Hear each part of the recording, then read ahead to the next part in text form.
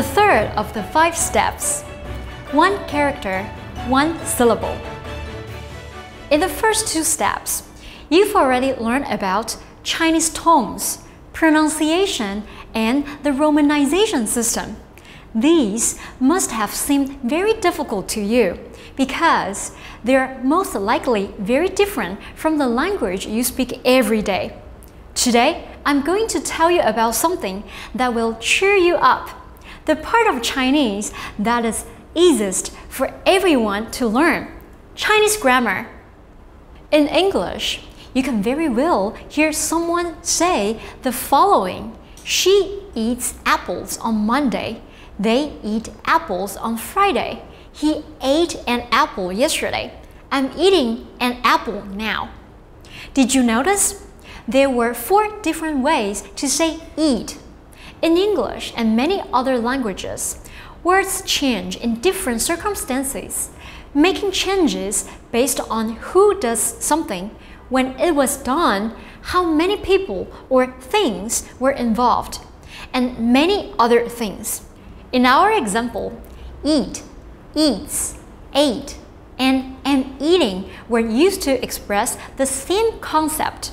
That means for people to learn English or similar languages, they not only have to learn multiple ways to say the same thing, they have to learn the rules for when and how to use each specific circumstance.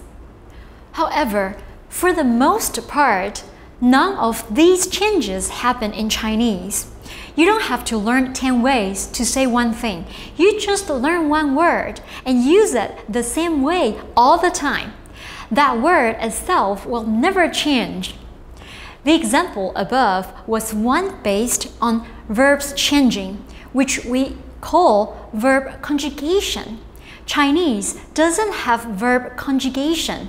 Let's look at the Chinese version of our example.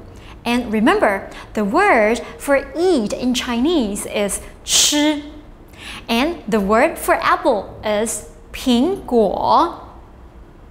他星期一吃苹果. 他们星期五吃苹果. 他昨天吃苹果.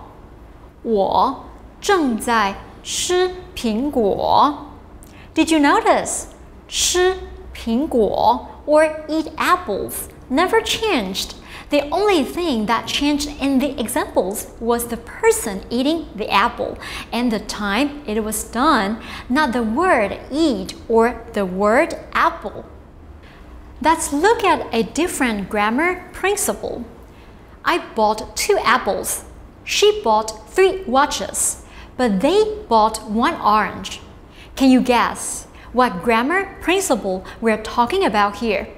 That's right, making nouns plural. In English and many languages, when you have more than one of something, you have to change the noun to show the difference. In our example above, apple became apples, watch became watches, and orange was singular, so it didn't change. Here is the next piece of good news we can give you. For the most part, Chinese doesn't have plurals. Here, you might be asking yourself, then how do you know how many items there are? Think about it. For the most part, in English, nouns are made plural after a number word which tells you how much there are of each item, such as 2 apples or as a category. For example, I eat apples. In Chinese, the noun doesn't change at all in either context.